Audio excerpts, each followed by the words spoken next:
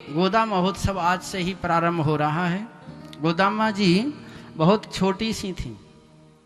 विष्णु चित्त स्वामी की इकलौती कन्या थी ये, और ये भी महाराज तुलसी के वन से प्रकट हुई थी। तुलसी का बहुत बड़ा वन था, तो विष्णु चित्त स्वामी जी को जैसे जानकी जी जनक जी महाराज को खेती में हल जोतते से समय प्राप्त हुई थी ना, रुक्मिणी जी भीष्मक जी महाराज को समुद्र के किनारे कमल के पत्तों पर प्राप्त हुई थी, ऐसे ही गोदामा जी विष्णु चित्त स्वामी जी को तुलसी के वन में प्राप्त हुई थी। कोई कन्या इनके यहाँ थी नहीं, तो गोदामा जी को लेकर के आए अपने घर और अपनी श्रीमती से बोले कि भगवत कृपा से मुझे ये देवी स्वरूपा कन्या प्राप्त हुई है। और वास्तविक में ही भगवान की दिव्य शक्ति थी, लक्ष्मी स्वरूपा थी, जिनको हम राम सीता कहते हैं या कृष्ण रुक्मिणी कहते हैं। वही रंगनाथ हैं हमारे, और वही गोदामा जी हैं। लक्ष्मी की ही स्वरूपा हैं गोदामा जी, और नारायण ही हैं भगवान रंगनाथ।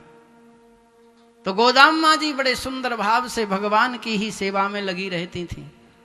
और इधर विष्णु चित्त स्वामी, इनका भी नियम था कि नित्य प्रति तुलसी जी की माला अपने हाथ से बनाते। भगवत सेवा में हमारे हाथ लगे रहें, भगवत परिक्रमा में हम चलते रहें, भगवत चिंतन हमारा बना रहे। वाणी गुणानुकथने श्रवणौ कथायां हस्तौ च कर्म सुमनस्तव पादयोर्ना स्मृत्यां शिरसि निवास्तव जगत प्रणामे दृष्टि सताम दर्शनेस्तु भवत्तनूनाम। ये कुबेर के पुत्र थे, आप लोग कथा सुनेंगे। नलकुबर और मणिग्रीव, इन्होंने भगवान से कहा था, जब भगवान ने इनका उद्धार कर दिया, वृक्ष बनकर के भगवान श्री कृष्ण के दरवाजे के सामने खड़े थे। भगवान ने ऊखल के माध्यम से जब इनका उद्धार किया और कहा कि वरदान मांगो, क्या चाहते हो, तो उन दोनों ने यही निवेदन किया था कि प्रभु अब हमें कुछ चाहिए नहीं, हम तो कुबेर के पुत्र हैं, हमारे यहाँ क्या कमी है। अब यदि आप देना चाहते हैं तो वाणी गुणानु कथने, हमारी जो वाणी हो वो भगवत चर्चा करती रहे।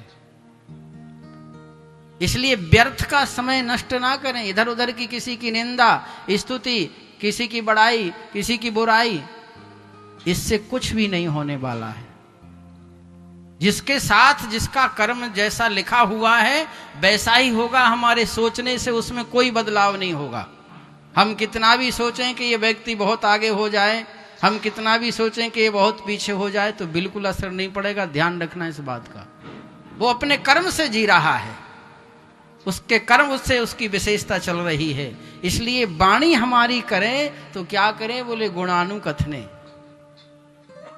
श्वास श्वास में राम कह, वृथा श्वास मत खोह, ना जाने इस श्वास को आवन हो ये न होए। इसलिए जब भी समय मिले तो जो भी आपको गुरुदेव ने मंत्र दिया है या कीर्तन मिला है उसको गुनगुनाते रहना।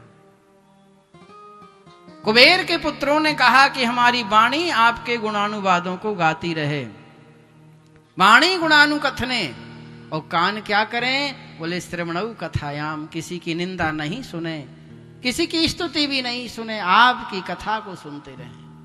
हमारे हाथ सुंदर सुंदर पुष्प चुन के, तुलसी चुन करके आपके चरणों में चढ़ाते रहें, हमारे पैर आपके धामों में परिक्रमा लगाते रहें, हमारा ध्यान हमारा चित्त आपके चरणों में लगा रहे, हमारी स्मृति आप में बनी रहे।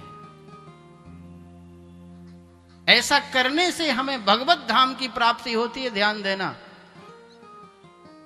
जहां जाने के बाद फिर आना नहीं पड़ता है, जहां जाने के बाद कोई बीमारी नहीं आती है, मरना ही नहीं पड़ता। फिर तो आप लोग सबने सुना है ना, मोक्ष हो जाता है, सदगति हो जाती है, मुक्ति हो जाती है।